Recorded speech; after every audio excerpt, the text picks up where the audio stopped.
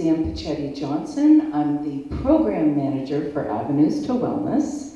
We are a program of the Frank R. Howard Foundation, so a big thank you to the foundation for sponsoring this speaker series. And now I am very proud to introduce our speaker tonight, Dr. Dawnmarie Risley-Childs. She is a retired board-certified physician who specialized in psychiatry. She is an advocate for those suffering with mental health issues, and she has a very inspiring story for us tonight. Thank you so much for being here. You're welcome, and thank you so much for having me. I want to take you back to when you were about in kindergarten, 5 years old. Do you remember you had Fire Safety Week? Do you remember that? And all of you and your classmates were all sitting up on a row, crisscross applesauce, waiting for the fire truck to come in, and that big red fire engine comes out. And you hear, ah, ah, because the engineer is honking the horn, and all the kids are going wild. Do you remember that? Maybe not, maybe you don't, maybe you do, that's okay. But during that time, the engineer comes out and he hands everybody a little red fire hat that you take home. And somewhere along that line, some little kid stands up and says, I want to be a fireman. And that sparks a conversation about ambition. But they didn't call it ambition. What they called it was, what do you want to be when you grow up? And little Johnny over here, he says, I want to be a policeman.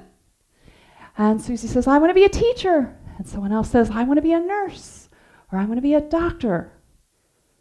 Me? I wanted to be a stripper.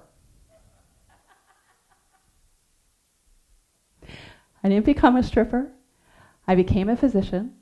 But there was a point where all of us gals who were broke medical students had gotten together and said, man, maybe we just need to dance a pole to get some money. We've had those conversations. I could never do that. Because when you have been physically, emotionally, and sexually abused for 24 years, the last thing you want to do is stand up on a pole, take your clothes off in front of men for money. Let's talk a moment about TV moms. Y'all have watched Friends, The Big Bang Theory, Gilmore Girls. Those moms, and by the way, I'm sorry, let me preface, I tend to jump around a little bit with stories. I promise you I will get back to those. We in the field call it circumstantiality.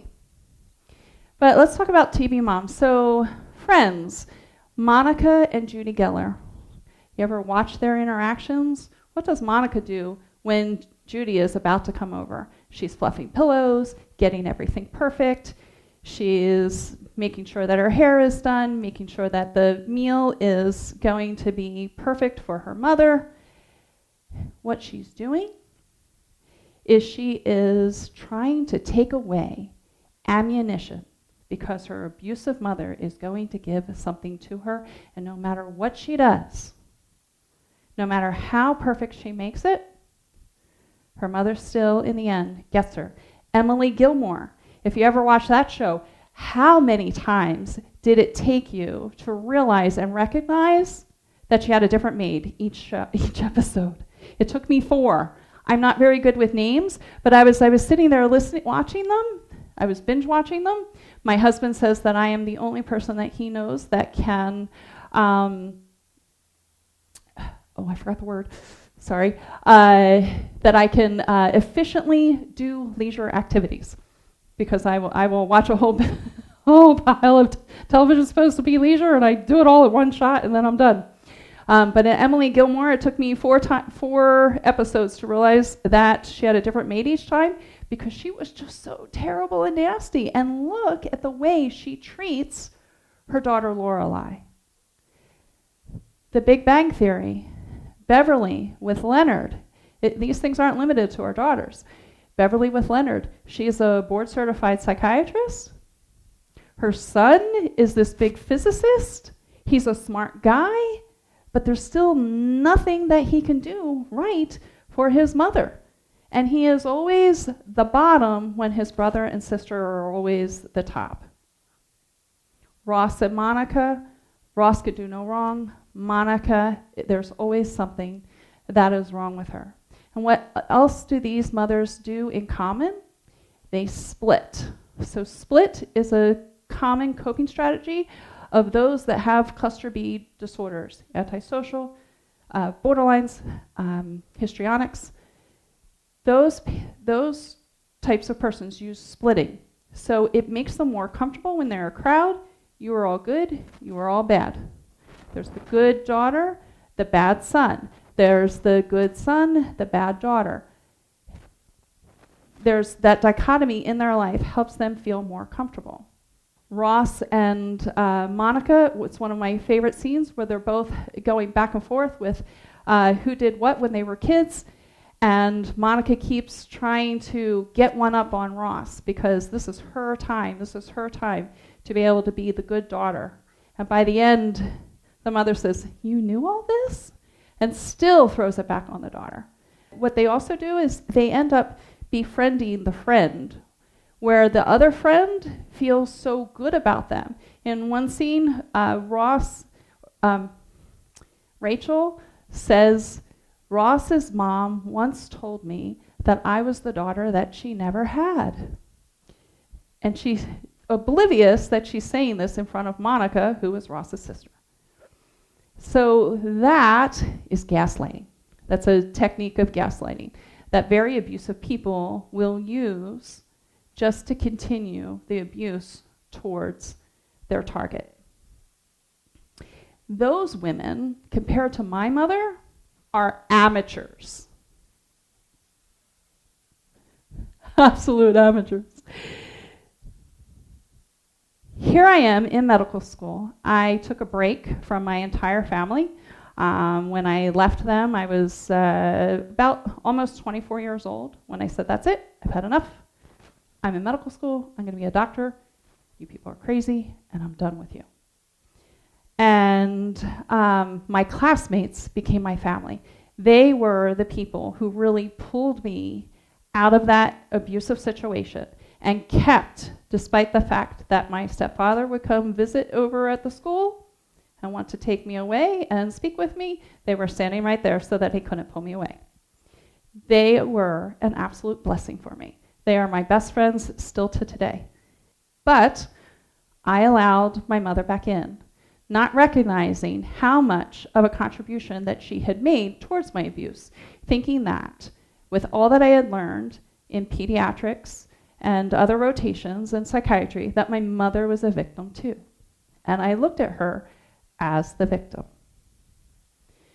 So I got back together with my mom, and we had been having a pretty good time for a couple of years. And then it came to graduation. Now, I went to the University of Medicine and Dentistry of New Jersey School of Osteopathic Medicine. That's a lot of words. It's now Rowan. It's much easier. But it was a big, large university for the entire state of New Jersey. It had 3 medical schools, mine included, a dental school, a bunch of nursing schools, and a whole bunch of other little schools of all kinds of allied health kind of things that went along with it. And so we had this huge graduation in the center of New Jersey. I don't even know where it was anymore, but there were thousands of people there graduating that day. And so as to not get lost in the first time that we're going to be called doctor, my school, which had 65 people graduating, would rent out a hall, a banquet hall, and we would have a small ceremony with our good friends and family, with whomever it was that we wanted to invite.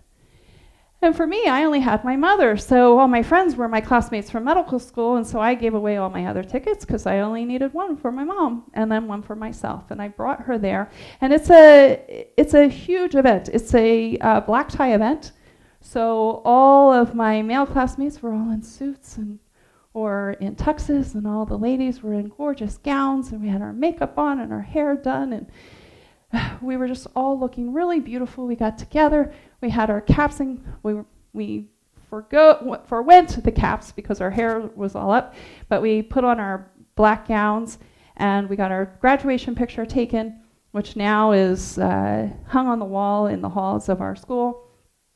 And we were all lining up in our formal attire, waiting to be called doctor for the first time. When I got there with my mom, I wanted my picture taken. And so I stood next to the fountain. And my mother said, "Why don't you take your glasses off?" "No, Mama, I'm fine. I'm fine with my glasses." "Well, you look better without them." "I'm going to leave my glasses on, Mom, because I like to see." 10 minutes later, "Come on, why don't you just take off those glasses? You don't need them. You look better without them. You look so beautiful now, but you look better without your glasses." "Mom, I'm going to leave my glasses on because I like to see." My mother didn't say that just once, not twice, not 3 times, but at least 7 times before I walked across that stage to be called doctor. The final time that she said this, we were all lined up. I'm hearing my classmates call Dr. John Ariema, Dr. Elisa Bartoli. One classmate over another, after another. It's all in alphabetical order. And by the time she is about on the L's, that's what my mother says one more time. "Take the glasses off." And I was fuming mad. And I said to her, "Don't talk about those expletive glasses again." And then I got this. Oh.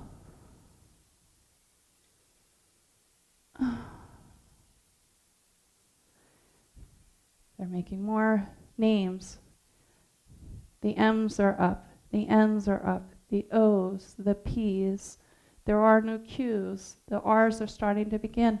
"Come on, Mom, it's our turn." I don't feel good. My stomach's bothering me. Now, I had a lifetime of my mother's stomach. Every time that we were out getting ready to go out to do something fun, like go to the Greek festival or go to Great Adventure. It's Great Adventure there. Six Flags here. Go to Six Flags or go to do something fun. We stop. We eat somewhere. There's hot peppers on the table. I was like, "Oh, I can't eat those hot peppers because they tear up my stomach."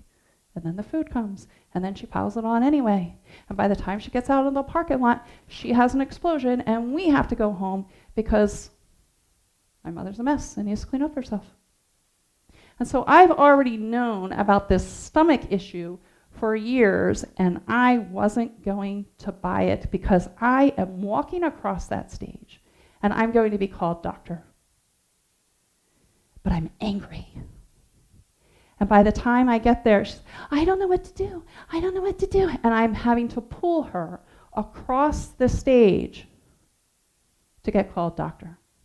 And the entire Dr. Dawnmarie Risley was just lost. It was the first time. And it's gone. I'll never get it back. My classmates were my adopted family. And this past 2 years, I've been really thinking, I don't like what I'm doing anymore. I have heard in my 4 walls of an office horrifying stories. And after a while, it wears on you. And I'm worn out. And I've known since I was a little girl, sometime around 9 or 10, I remember laying in bed thinking, God's got something good for me. He's got something good and big planned for me. I don't know what it is, but I know there's something big. And I knew it then. And I knew about 2 years ago when I was contemplating seeing patients one at a time isn't it. I've gotten everything out of it I can as a physician, as a psychiatrist. I'm looking at all the limitations that our medications have. They're Band-Aids.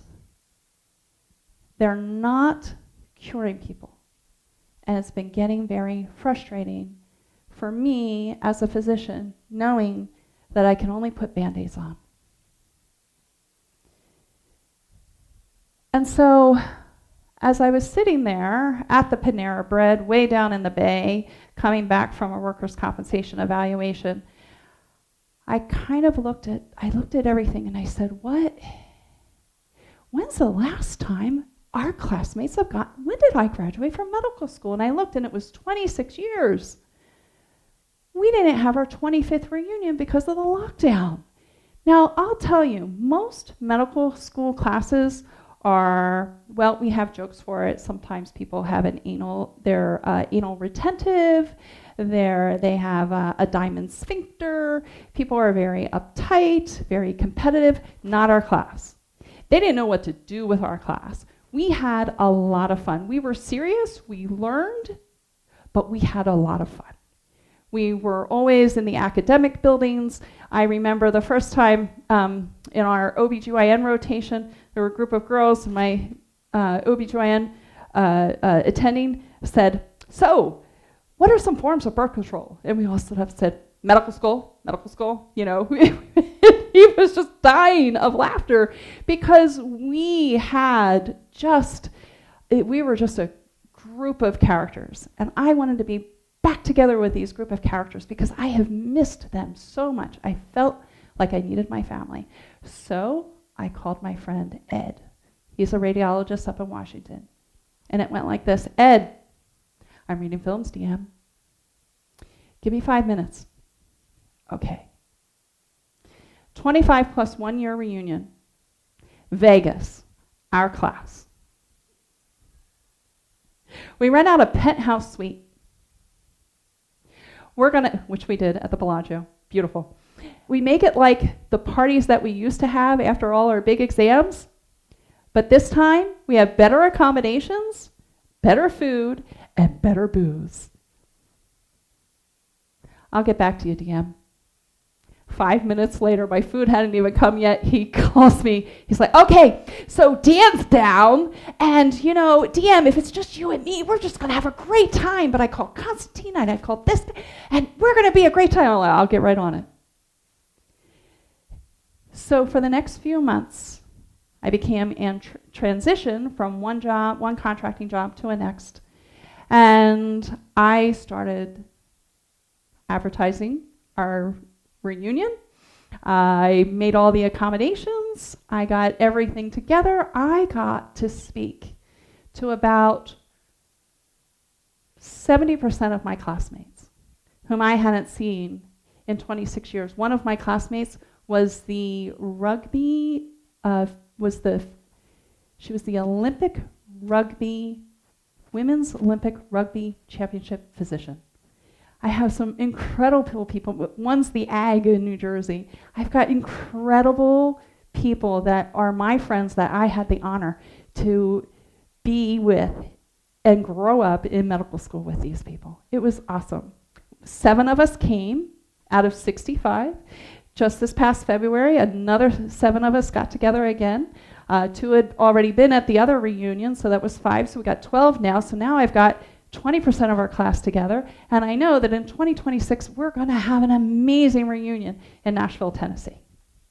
But during that time that I was in transition, I was also watching some Netflix. Ever watch this show called The Home Edit? No? Oh, you got to watch these gals. Joanna and Clea, there were these 2 ladies that wanted to open up their own home organization system, or business. And they had a mutual friend who brought the 2 of them together. And so they're writing books together, and they created this Netflix show, and they're awesome. Their system is a metaphor for how to clean up your life, whether it's your mental or whether it's your physical. And they come in, so you got to have a few things to clean up your life. One thing is you need to realize that you are the captain of your team. You got to have a team captain. You're it. You got to have some coaches. That's what Joanne and Clea do. They are your coach. And then you have to have your team. Now, your team can be your family. For me, it's my team was my family and my medical school classmates. I had to get my team together for me to make a huge transition out of medicine and in healing from the PTSD that I've suffered for so many years. So what these ladies, Joanne and Clea, do, they come in and they take all your crap out of your, wherever it is, your closet. Okay, we're going to take everything out. We empty it. Or your, whether it's your linen closet, your clothes closet, your pantry, they're throwing away all the bad food, all the expired food. They're getting rid of it. Because what you got to do when you're cleaning up your life is sometimes you got to get rid of stuff. And guilt and shame are two of the biggest pieces of garbage that you need to let go. It's not easy, but you can do it. And if I can do it, you can certainly do it. And you really let all that go when you forgive. Now, my first coach said, Dawnmarie, you got to forgive your stepfather. And I said, but you don't understand. He made me forgive him in the truck after he did what he did.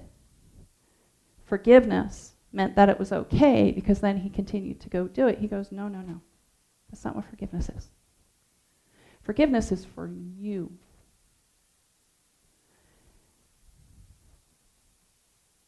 I couldn't get there. I looked online. I looked at what the research was. There was a self-help course taught by Dr. Robert Enright in Wisconsin. I just couldn't get there. I knew I needed some kind of help. As my coach and I started speaking about what we were going to do next in my life and where I'm going to go, one of those things that came up was whether or not I was going to open up a ketamine clinic. Because ketamine has a far better cure rate than any of the other medications that are available today out there. And I wanted to offer that, and it would be a lucrative business if I did it. And so he said to me, well, Dawnmarie, maybe you need to go get the ketamine too to see if it works, to see if that's going to be something that helps. And so I did.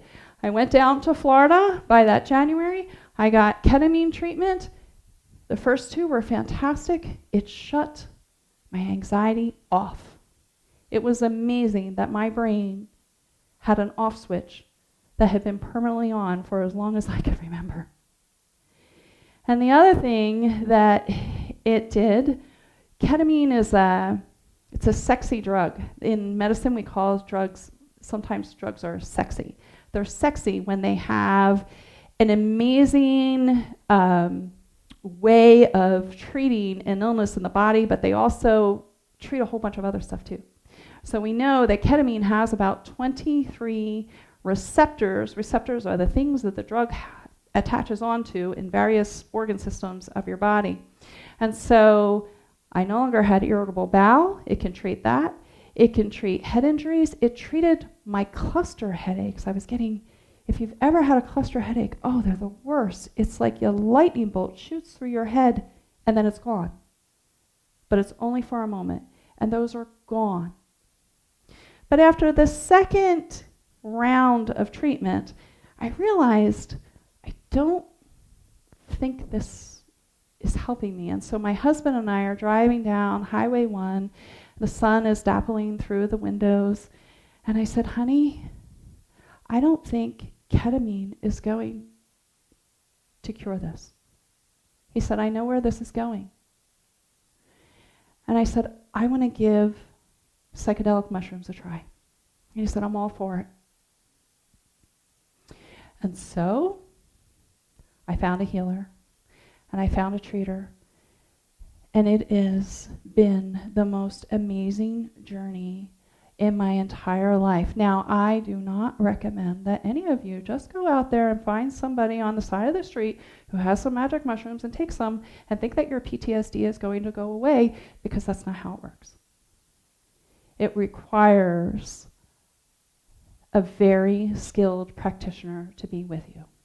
And not just someone to sit there, but someone who can work you through, because these medications show you what happened. It is documented, well documented, whether it's ketamine, LSD, MDMA, GHB, psilocybin mushrooms, they have autobiographical properties. I had drowned when I was somewhere between 3 and 4 years old. I was there in the pool. I was essentially left alone. My father had said, just stay there in the deep, or stay out of the deep end, stay in the shallow end. The next thing you know, I slipped right into the deep end.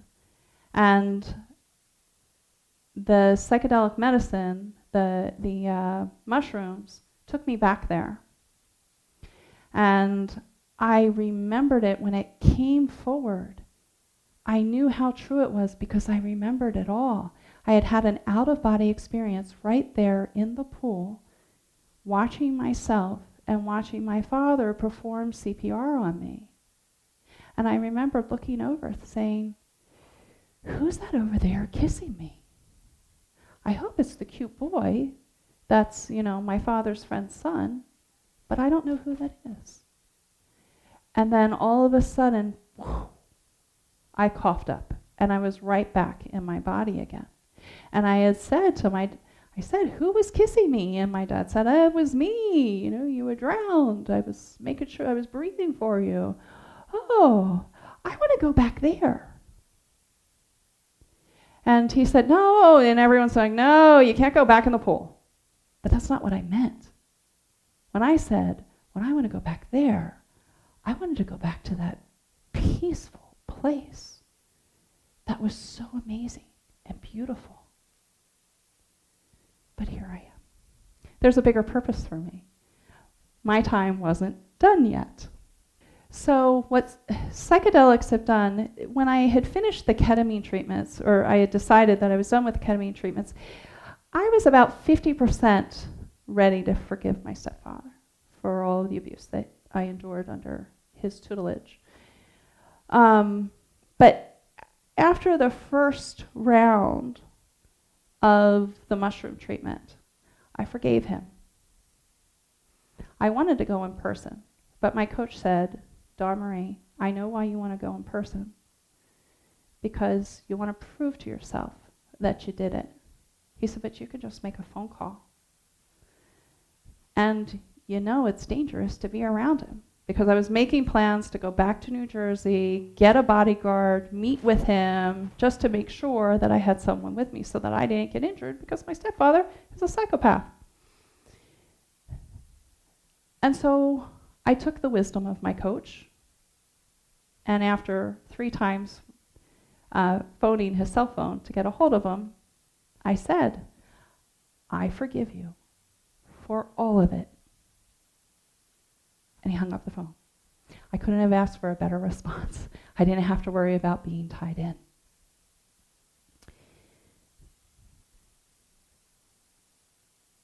I also had to forgive myself for carrying all the shame. Anybody who has been abused feels ashamed, and it's because the people who have abused us make us feel that way. We're not allowed to talk about it.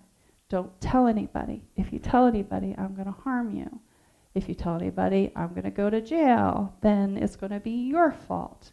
There's always something, some kind of blame that is placed upon the victim, where the victim continually feels shame. I recently read that people who are abused need to do something creative with all that shame. Write a poem, write a song, paint a picture. I'm on the second draft of my 90,000 word, 3-part, 30-chapter book called The Offering, A Physician's Journey Through Abuse, Psychedelics, and the Freedom of Forgiveness. Hopefully coming out around in June. But that's where I've put it. June. We're looking for June. I'm working on June. I'm taking a little break. Sometimes you got to take a break. It is not an easy process because as you write it all down, you are also reliving it, or at least I'm reliving it.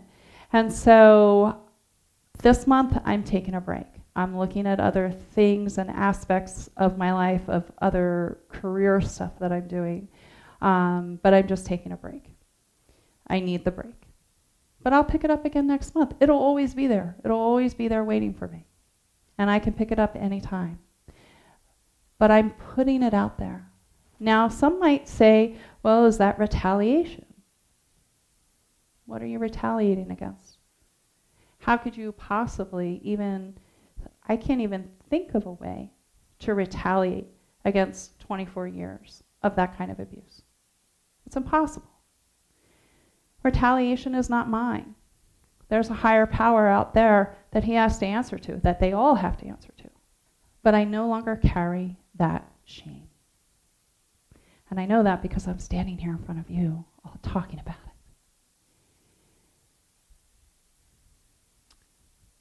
Getting back to my graduation, I told you I would come back. So I'm sitting there with my mother at the table. They're serving dinner. Now, I used to work at that same banquet hall about 2 years prior during the summer. It was when I reunited with my mother, and she had come up for the afternoon, and then I had to get ready, and I'm in my little white shirt and black pants and tuxedo kind of stuff. And she said, "Oh, you look cute." I'm like, "Yeah, I'm just waiting some tables so I can buy a couch." And one night, the captain of the staff wouldn't get off my rear end. "Don't walk across here, it's tacky. Don't do this because that's wrong. Don't do that, that's wrong. Don't do this, don't do that. You have to do it this way, you have to do it that way." And she just went on and on and on until the point where I just said, "I got enough money for my couch. I'm starting school again in 2-3 weeks. I don't need this. I'm going to go on and be a doctor." And I walked out. And as I'm standing there in the kitchen, I'm checking out for my time. Another waiter comes over.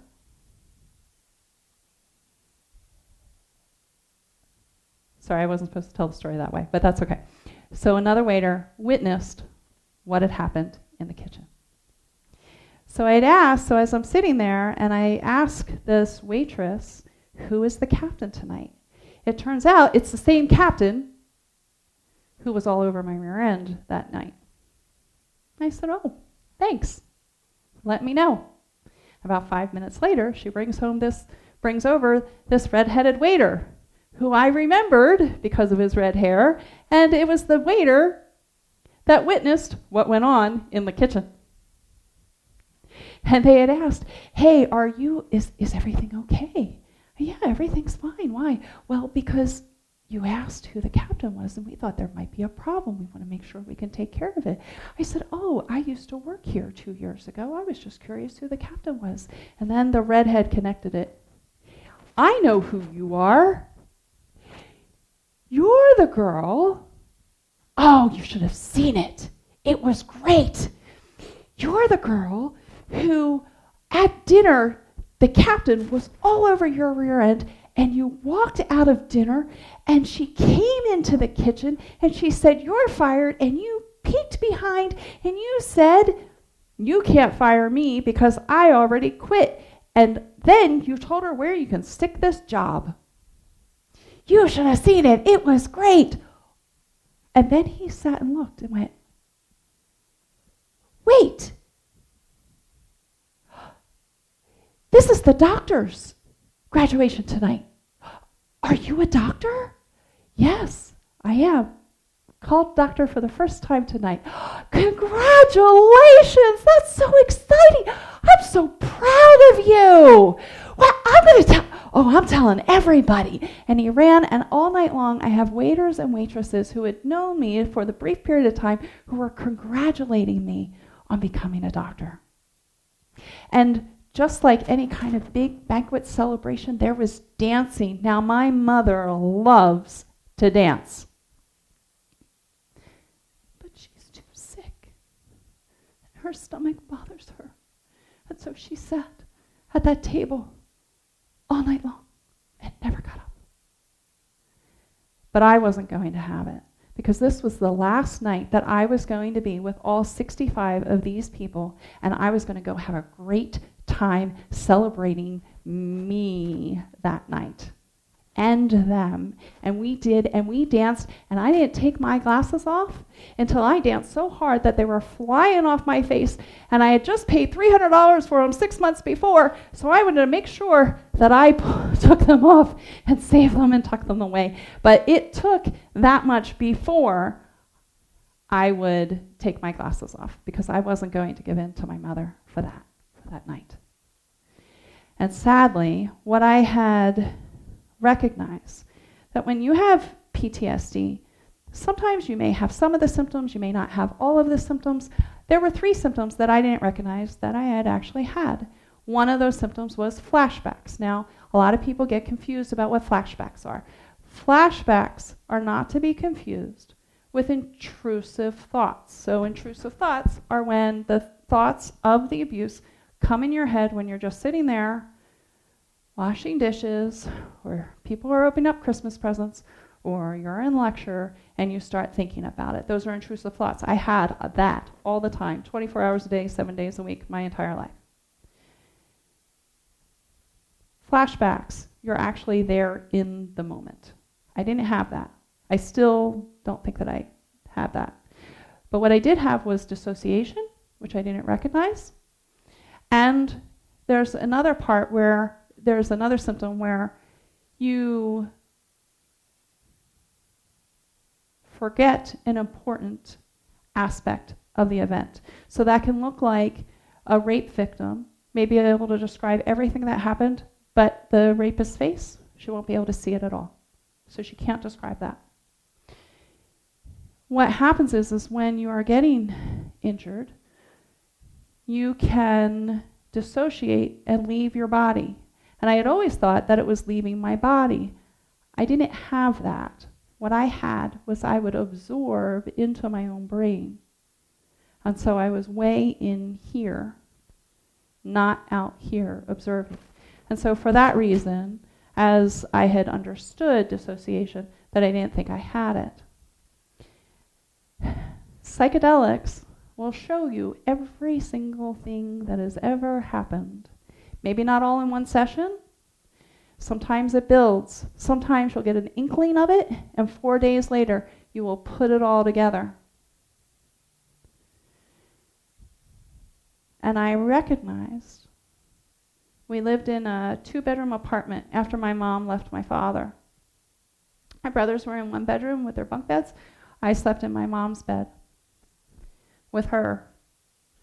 And there was that time when we were sitting on the floor together in front of the bed, and she was telling me how I could make a lot of money as a stripper by taking off my clothes in front of strange men.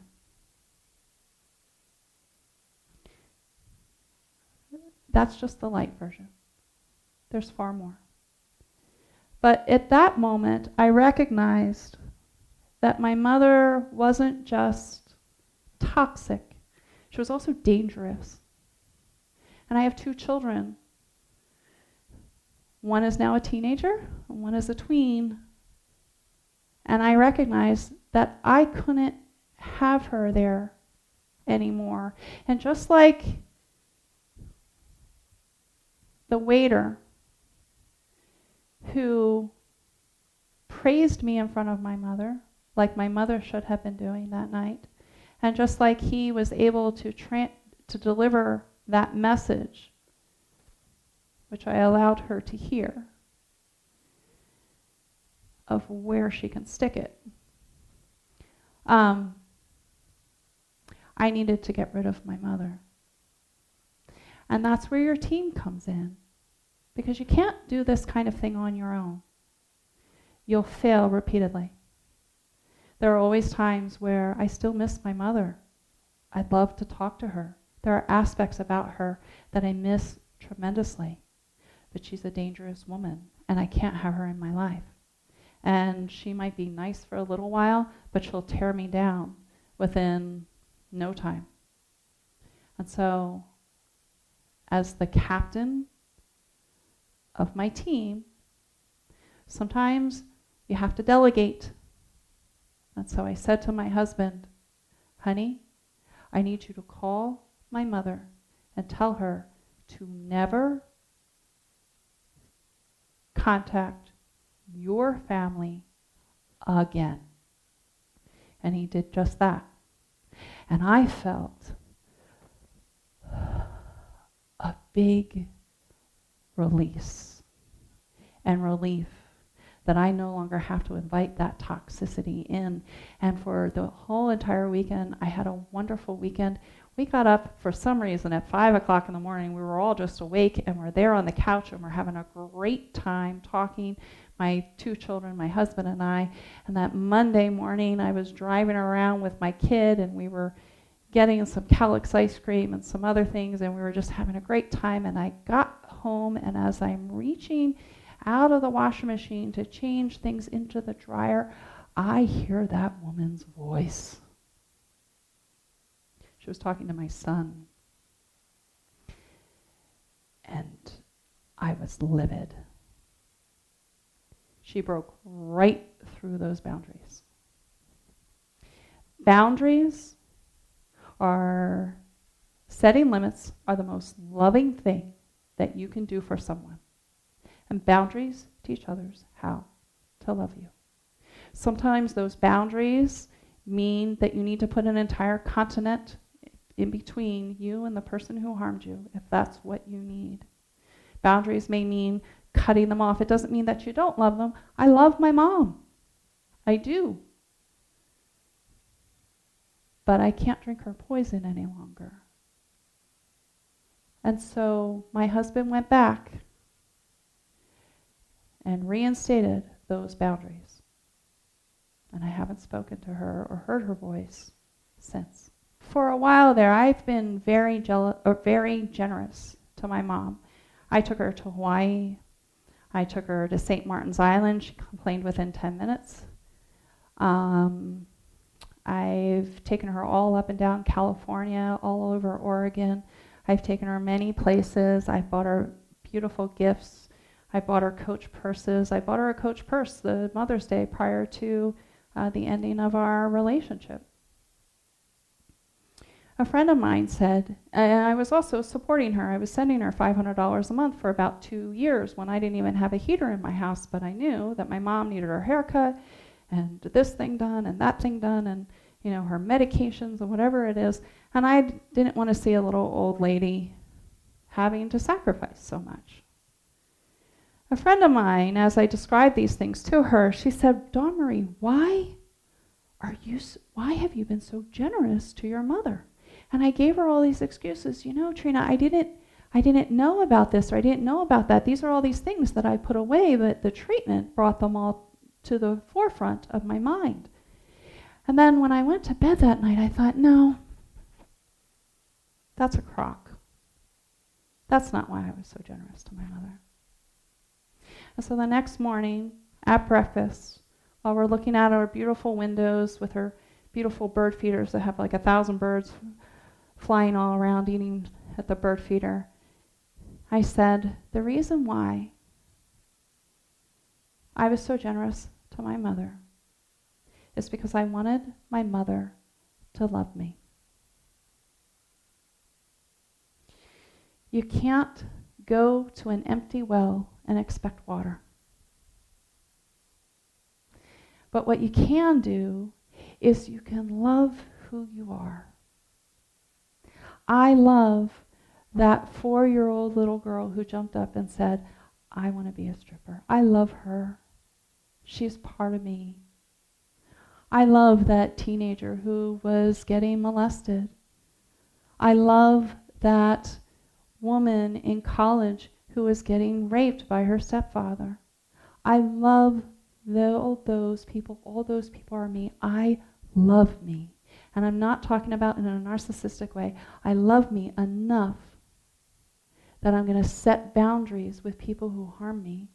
I love me enough that I'm going to take care of myself. I love me enough that I'm going to do whatever I have to do to heal this PTSD, because I still have a little bit of it. I'm not 100%. I'm about 90% better. I'm going to get to 100% if I can. I'll settle for 99. But I love myself enough to do whatever it takes to be able to 100% forgive and to 100% live the way God meant for me to live, and to do whatever His work is that He has planned for me. I'm ready to receive that. My mother named me Dawnmarie. Dawn means early light. Marie is the French form of Mary, which means bitter.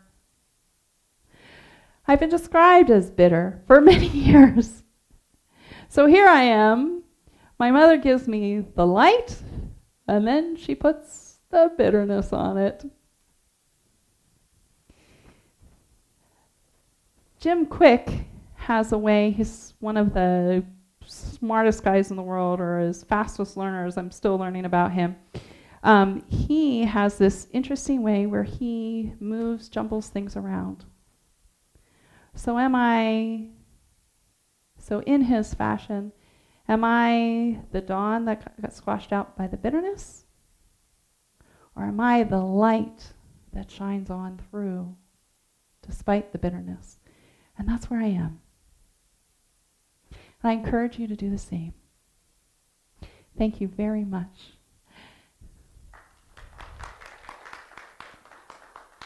And I'm willing to entertain questions, so please ask me. I've done a lot of work with my family's origin issues, and I was wondering that, and I know I have occult memories from what my sisters remember. Yes. But I feel like, and I don't have PTSD though. If I get a stress event, I'll just crash. But I wonder if there's any benefit for me trying to bury those occult memories as far as healing goes. Mm-hmm. Well, it's kind of funny. Whenever I would talk to my mother about burying it, those were my mother's words. I'd bury it. Well, Mom, why don't you see a therapist? My mother's name is Dolores. Dolores in Spanish means sad. She's been sad her whole life. She suffers from dysthymia. And then she would have depression on top of dysthymia. There were things that have happened to her. And she would always say, I just bury it. But you know what happens when you bury it and you keep burying it and burying it? It wants to come out somewhere. And I've talked about how my mother's burying it is more like putting crap bags into a blender and pushing blend with the lid off of it. It shoots everywhere, and it gets everywhere. So I really recommend that even if you do have some of those memories, there's a lot of things, maybe there's a lot of those things that have happened to you that you've been holding on inside. Why do you want to keep them? What is your biggest fear? That was a big fear for me. What am I going to find out next? Because I kept, when I was going through treatment, how things will happen is I'll ask a question. Where did that wart come from? I wonder. And then I was writing and typing up about my father wanting to be a member of the Warlocks and how he would bring us to them. And I had always remembered Big John as this big, fun guy who gave kids candy. And as I wondered that and I got another treatment, I came back to his cabin and I came back to what was happening. And while the 4-year-old in me thought it was a lot of fun bouncing on Big John's knee, the 54-year-old said, oh, that's what he was doing. And for the entire time, my entire life, from age 3 until 54, for 51 years, I thought Big John was a big guy, was just a nice guy. He was fun. He loved me more than my dad loved me. Well, he loved me in a different way. He's a pedophile. And that put me in a crisis for about a week. And it was very raw, and it was very edgy, but it subsided, and I was able to forgive him.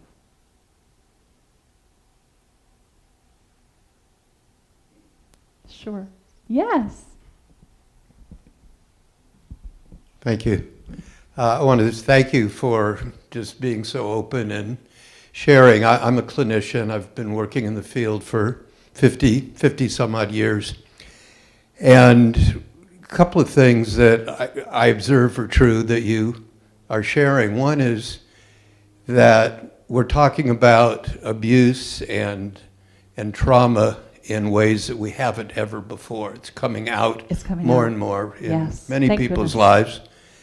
But also clinicians are coming out more and telling the truth about our own trauma that often has not been the case. Because I know from my own experience and my work with clinicians, it isn't just them that has had trauma, it's us too. So my question, I'm very interested in what it's been like for you since you've come out and been talking about it, and your process of writing a book to come out even more to obviously a larger audience when you go from sharing it verbally to putting it in writing out into the larger world. Yeah, of course, I will comment on that. I'm 55 years old now. I'm right on time as far as talking about it. Most people who have been abused don't talk about it until they are in their 50s, if they ever talk about it at all. Now, it's not the first time I talked about it. I did speak about it when I was in medical school. I had therapy 3 days a week while I was attending school, in class, run to the therapist, run back. It was, I mean, medical school is a feat in itself. And then having therapy on top of that, it was a lot of work. So I'd already put in a tremendous amount of talk therapy work. And I would sometimes get bored, and then I'd stop, and then I'd go back again when I felt like I needed, and I would do this kind of thing back and forth. I tried doing EMDR. I can't put numbers to feelings. CBT and EMDR do that, and like, okay, on a scale of 1 to 10, how do you feel now after telling me about that story and talk? I can't put a number to it, because I was so internally numb. And I think I may even have, it's known as alexithymia, where you have trouble putting words to your feelings. So I was very emotionally numb for a very long time, and even, still, up until recent events, until treatment. I've listened to a lot of stories, a lot of horrible stories. There were times where I would compare myself to my patient. Well, at least I wasn't thrown against the wall. This patient had it far worse than I ever did. And I would minimize my own trauma. It turns out I was thrown up against the wall. I was placed between some gun racks. That came out very recently. And you have to recognize not to minimize your own situation, and also not to compare, because trauma is trauma. The big thing that I had to compare myself to was because I was looking at all the literature, and if you don't know about MAPS, it's multidisciplinary something psychedelic something. If you look up MAPS and put psychedelics, you'll find it. But they're in San Francisco, and they do a lot of research on trauma, anxiety, depression. And they're developing protocols, and they're testing protocols. And one of the research papers that should have just come out, they just finished the phase 3 trial, so I think they're writing it up and they're looking for MDMA for approval for treatment of PTSD. They do 3 sessions first without materials, then they do 3 sessions with materials, and then 3 follow-up materials. And 69% of the people no longer meet criteria for PTSD. And that's really impressive. But I'm going through this treatment and I'm thinking, well, is this 6 months, 7 months, 8 months? How long is this going to go on before I have the cure? And part of me is beating myself up about this, like, wow, what is wrong with me that I can't move on as far as I would like to be moved on? And then I have to realize, okay, who are they doing the studies on? They're doing the studies on young 20-somethings who have gone to war for 2 or 3 years, and then they come home with PTSD. So you're looking at young, healthy individuals who have relatively healthy minds before they go, and their trauma is very condensed and very specific. I'm not trying to minimize that. I wasn't in a war for 3 years. I was in a war for 24 years. 24 hours a day, 7 days a week. You got to cut yourself a break. And I've got to cut myself a break. I've got to say, look, you went through a lot of crap. My healer said, it's a wonder that you're even sane. Because there are plenty of people there. I've observed them. I know who they are. I've treated them. They have schizophrenia or bipolar disorder. And lo and behold, they have almost universal, they have a whole pile of abuse behind them. And so what was it like for me as a career? Minimizing myself and sometimes feeling helpless that I couldn't cure them. I've had patients say, well, Dr. Risley, does this ever go away? I said, a lot of these things just become less relevant in your life. But guess what? When you're an abused kid, and now you have children of your own, those things no longer become relevant. Because now, when you have your kid who won't eat his food and is fussing over whatever is put in his plate, and the big thing that you have coming in mind is, I'm getting angry because why am I getting angry? Because my kid won't eat. And what I'm seeing is my stepfather smash my cousin's face into the dinner plate. And that urge comes, and you're like, whoa, I got to step out of this, and I need to hand this over to my husband to take care of.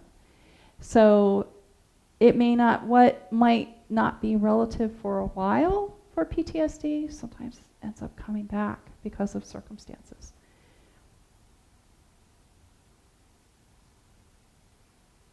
I'm okay, by the way. I am. I'm okay. I want you to know that I am okay. And I am getting better. And I have great classmates that support me every now and then. Since the reunion, we've had a text messaging group, and there are 17 of us on it. And, George flies to Alaska about once a month for a week, and then he texts us some picture of some polar bear that walked, by the emergency room, or some Arctic fox with the aurora borealis. We're all like, wow, that's really beautiful. And we got to send in some of our own pictures was it a week ago? It was a week ago, right? Last week. So we're constantly keeping in touch, and they know that I'm writing this book, and I've sent them, like, here, read this and tell me what you think. And then, I'll have a conversation with someone, and they're like, wow, we're just blown away. And then I have my husband, who is amazing, and my healer is amazing. And I have so much love and support. I'm really grateful. I pray every day. I was never a religious person. In fact, I was really pissed off at God for a long time. And when I had walked through, like, okay, look, I've forgiven my stepfather, and I don't have any anger there, and what about my mother, and all this anger, like, that's gone, and,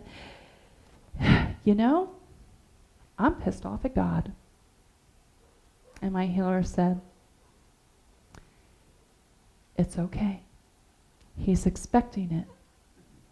And I want you, he's got broad shoulders, and I want you to give it to him. And I said, okay, I will. And I gave it to him. And it was over like that. Like, I don't even think it was 2 minutes that I was yelling at God. And it was done. I'm like, okay, great. Now I'm ready to live again. Tell me what you want me to do. Put it in front of my face. And so, I start my mornings with prayer. I have a beautiful forest. If you go over to Harbor Redwoods, those trees that are sitting there just came out of my forest, but I still have plenty left. And I sit there and I overlook the valley and I pray there at most mornings that if I get out. I pray there. Most of the time I'm telling God what I'm thankful for. And when you start every morning being grateful, your life really gets a whole lot better. And silly things. I'm grateful for this warm, comfortable bed. I'm grateful for earplugs because my husband snores at night. Just those little things. Those little things. Sometimes when my coach was asking me what brings me joy, it was small things. It's really like hearing my kids laugh at a video or recognizing that my dog barks 3 times when he comes in. Every time. It's 3 times. Boop, boop, boop. We should have named him Sheldon. Boop, boop, boop. And then those little things, they're just simple things that I love that bring me such great joy. Yes? What is the best treatment for PTSD? Chronic post-traumatic stress disorder? Yes. So psychedelic medicine is really what it is the best. So legally, you can obtain psychedelic treatment in Oregon and in Colorado. Colorado took off much sooner than Oregon did. Programs are expensive. I think the ones up in Oregon are about 10 grand. Yeah. Magic mushrooms currently are decriminalized in Washington, D.C. and Oakland. New places are coming up all the time. There's constantly bills coming here in California to make it statewide. It was vetoed. I was very angry with our governor for vetoing that. And I would really advise any police officers who have PTSD or firemen or all those. I mean, there's a lot of union people who have PTSD and they may want to change their vote next time. Because that really shows you do not care about your people. These medications are amazing. I've been fascinated with just studying them and how they work for a long time, long before I was looking at it, probably like around 2017. I was planning to go to, I think it was the Dominican Republic, to get treatment, and then things just, time and what was happening, and I had a hospital job and all these other things that were going on, and then when we moved here at the end of 2019, I said, okay, I'm going to do it. I'm planning to go in the fall, and then the whole entire world locked down, and so I suffered for a few more years, and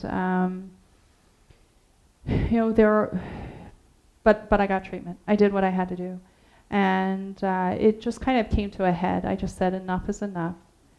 I can't tolerate this anymore. I'm suffering.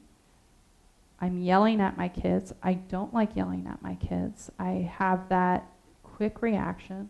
I can't be this way anymore. And so I've been getting treatment. And so Mexico, they have DMT treatment. DMT is supposed to be very effective. I haven't seen a lot of the literature on it, but I've seen a little bit.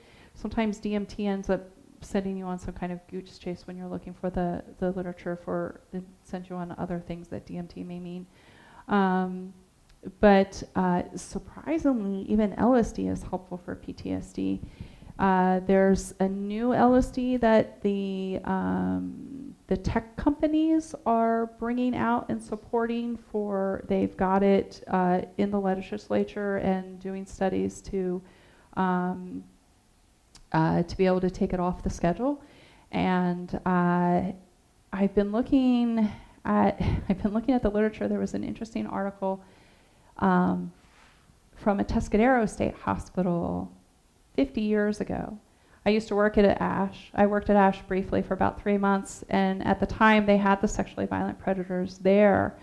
They eventually built an entire hospital, Kalinga State Hospital, where they put 1,500 sexually violent predators. I used to work there. I used to work on the most notorious unit, on Unit 9. It was very empowering. I really, at that point, felt that I had championed over my PTSD, because not only did I walk into a hospital with 1,500 sexually violent predators, but I worked on the most violent unit, on Unit 9.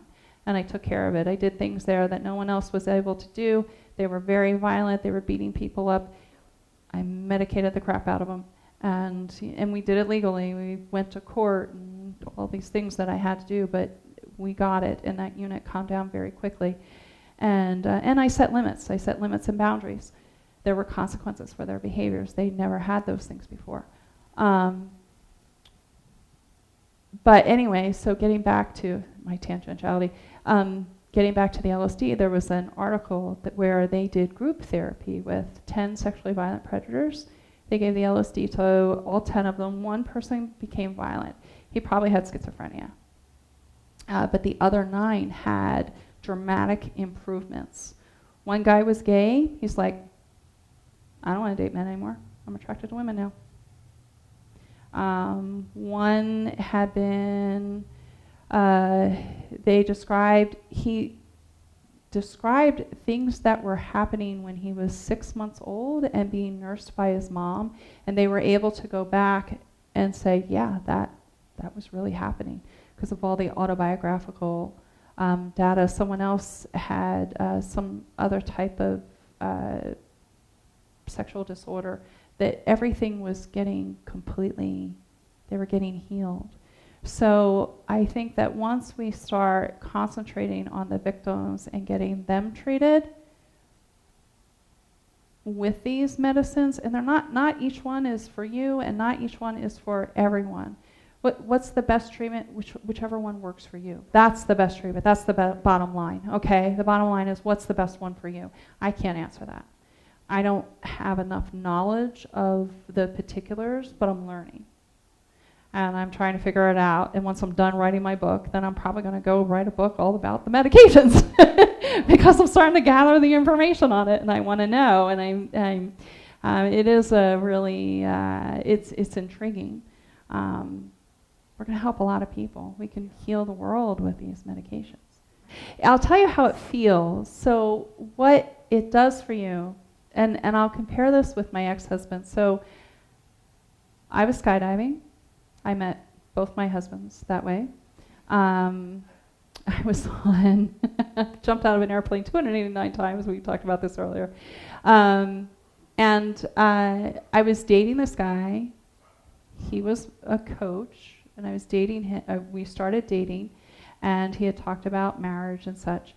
And he made an aggressive move with me before we got on the plane. And while I'm on the plane, I'm sitting there thinking, I'm breaking up with him. I was so angry. Now, when you jump out of an airplane, you are so in the moment, so focused. Because in less than a minute, if you don't open your parachute, you're going to be a divot like a lawn dart. You don't want that. So you have to be focused. I wasn't. I was furious. I'm going to break up with him. I'm going to do this. I got to go get the dogs. And I was, wait a minute, you jumped out of an airplane. Okay, so I finished the skydive, but then as soon as I was under canopy, it was in my head again, and I crashed my parachute, and I had a concussion. They didn't diagnose that in the ER, but we diagnosed it later, and I had a post-concussive syndrome. I ended up marrying the guy a month later. Never get married a month after a head injury. It's a very bad idea. That's my excuse, and I'm sticking to it. So he was very abusive, mostly emotional. He started becoming physical, and then there was a point where at the drop zone he was aggressive with me, and I pushed him off, and I told him, no, you're not doing this. And that's when we split up, because he knew that I was a different person than he married, because my brain was healing. And after, it took 2 years to get a divorce from New York, and I was in California. I had moved from New York back into California to do a job, and it seemed very distant. And I think the head injury actually helped me survive that marriage, because everything just seemed distant. So I really have it just doesn't feel like I'm connected to that ex-husband at all. This is what these materials are doing for me now, that it feels very distant. My mother feels distant, my stepfather feels distant, my brothers feel distant. There's just this distance that it doesn't seem as connected. When I'm writing, some of it comes back, but not as bad as when I wrote it the first time. I mean, the first time where I'm going through this one incident, I'm crossing my legs like this, and I actually have a chiropractor appointment on Friday because she's helping me with some body work, because I do this, and I'm crunching my legs together as tight as I can. And I feel that muscle, we call it muscle memory in skydiving, that muscle memory in my legs, having to tighten them together so much. And now, the first time I wrote that, I was in distress. It was hard. It was painful. My healer said, look, it's like, you're going to be giving birth to something. And it felt like, yeah, I'm giving birth right now. I could feel all the pain in my body released as I'm putting it on the page. But then the second time, when I looked through it, I wasn't squeezing my legs together. It was painful. I had some tears, like, oh, it's really hard. What they did to that poor girl. It's distant. It's not what they did to me. It's what they did to that poor girl. It's distant. She is me. But there's that distance. And that distance is, I think that you don't forget what happened. You just have a place card in front of it that helps you push it away. That's no longer living inside of you. Thank you very much. Okay, I'm glad you like it. I'm glad you like it. Thank you so much.